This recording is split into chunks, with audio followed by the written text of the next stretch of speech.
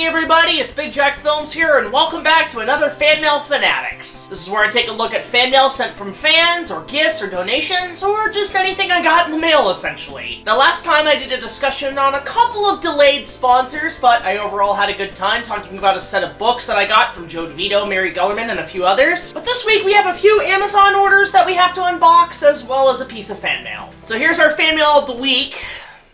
Just one. Just the one? And it's from our buddy Jared Osborne of Bell River, Ontario, who sent us a nice fan mail, so let's see what he sent us this week. Fan mail is fun. So we have a letter here from Jared, and it reads, "Hey Jack, what's up? How are you doing? And how's your friends and family doing? We're doing pretty alright." So basically, he sent us a couple of pitches for his idea for a Doodles project, which if you guys want to check out, link to his YouTube channel. And he basically wants to come up with sort of a Mary Poppins, Roger Rabbit scenario by bringing it to the real world, and in my opinion, yeah, go for it. I'm not very critical with certain ideas, and I'm not one to be much of a creative consultant, and maybe I'm not the best to judge that, but whatever ideas float your boat, and if you think they're worth setting a goal for, go for it, Jared. Second, do you think a Doodles movie idea would be perfect for Disney, Warner Brothers, Universal, Paramount, or Netflix? It sounds like a Paramount idea. It sounds more like that theme park animated film that came out a couple of years ago that, quite frankly, nobody saw, but I've heard very mixed things about. But you can decide whatever studio you'd like, Jared. My next question is, if you did a biopic about Ray Harryhausen, who do you think would be perfect to play Harryhausen himself?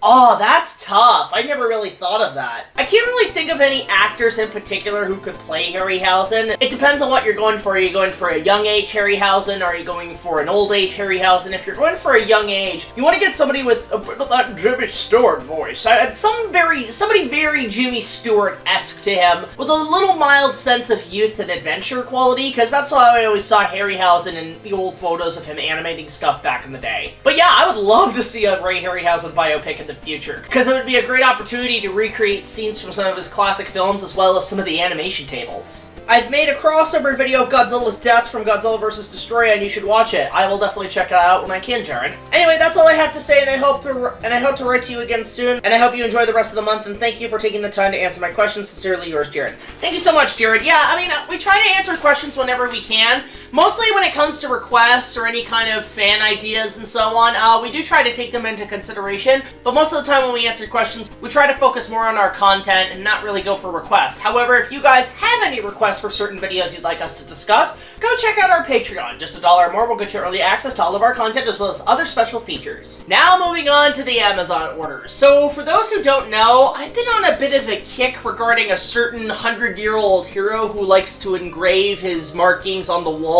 with the letter Z. But I've actually been on a bit of a Zorro kick lately, and I think it really started with my review of The Mask of Zorro a couple years ago, which, by the way, guys, if you want to check out that episode, link down below, it's one of my personal favorites. But because of that review, I actually got back into the character a little bit, and sometime down the road, I do want to review more Zorro movies down the line. But in the meantime, I've actually been working on a Zorro cosplay that I eventually do want to put out at conventions when they finally open up again. But for now, you can check out my Zorro cosplays on TikTok. They're actually pretty fun to do, and I've gained a couple of followers because of them. But with those said TikToks, what's actually really cool is I've been buying a few things to essentially upgrade or make the costume look a hell of a lot better. And the ones we're looking at today that are Amazon packages are legit replica props and weapons used in Zorro's arsenal. Now, some of these are replicas, and some of them are secondhand, and some of them are there to just fill in the gaps for money constraints. But let's take a look at some of the stuff we ordered. First of all, to keep all these prop weapons stored, I actually bought at Value Village a couple months ago before everything closed this really nice belt that I could attach stuff to, because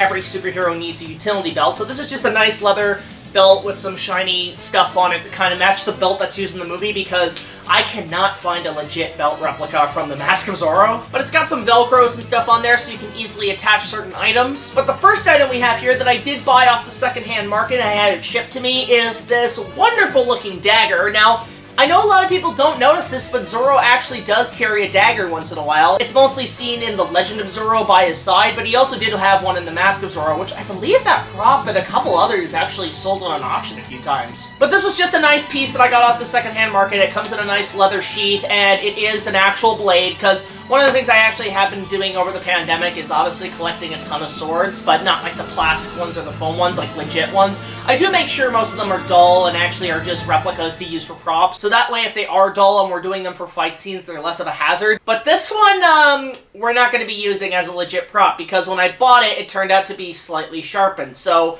until I get this essentially dulled down, I cannot use it as a prop. Still sharp.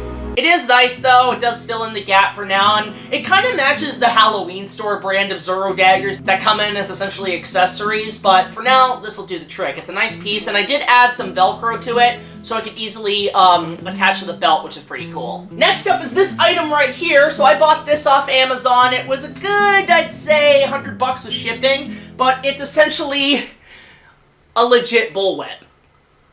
Oh, my. But no, in all fairness, it's an 8-foot bullwhip made from cowhide, and I've actually been buying a ton of these, and this wasn't the first bullwhip I bought. I actually bought a brown one that I used for my Indiana Jones cosplay, but this one I had to get a new one because my old Zorro whip that I used actually in my review and a couple other cosplays is just utter shit. They're one of those costume store brand bullwhips, and low-key, if you're gonna get a bullwhip, don't buy those. They're fucking garbage. But this one is an 8-foot whip. It was ordered off Amazon. But yeah, for your Zorro or Catwoman or Indiana Jones or even Simon Belmont, this thing's the perfect weapon for you. And it actually does crack.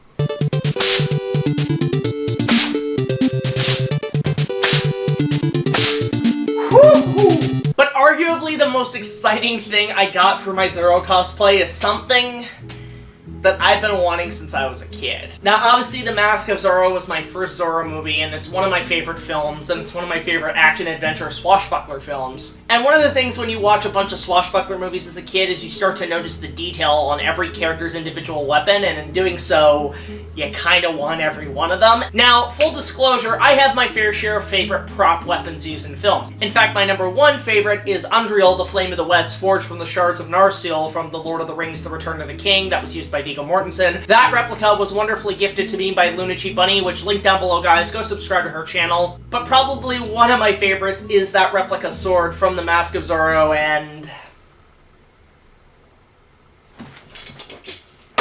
I freaking got one! Yes, this is a legit steel replica of the sword from The Mask of Zorro, and I freaking love this thing. This thing was $200, and it was actually the cheapest I could find because normally replicas go for about $500, but this is one I've always wanted as a kid, and when I was a kid, you had to suffer through those really cheap plastic awful swords, and then over time you got the fencing weapons and they were mostly the foil, but they never looked as good as this beauty right here. This is basically, from what I gathered in doing my sword research and doing collecting, is that this is basically a spadroon, which is sort of bigger than a small sword, but it's essentially the same thing, but it is a legit replica. The company that made it is right here, and if you guys want to go check them out, link down below to their Amazon. They're actually very good with shipping, and they're a very good business. Now, this isn't an official replica. This is actually a third-party replica I've seen on websites like Wish and so on, but it is rather beautiful, and you can see the detail. Just look at that. Look at this sword, for Christ's sakes. This thing is amazing. It comes in this really nice leather sheath. It actually came in a nice kind of velvet sort of bag, which was kind of cool to make it more comfortable with shipping. And it actually, yeah, it's got the metal pieces, but let's unsheath this baby. I want to do it just like in the movie.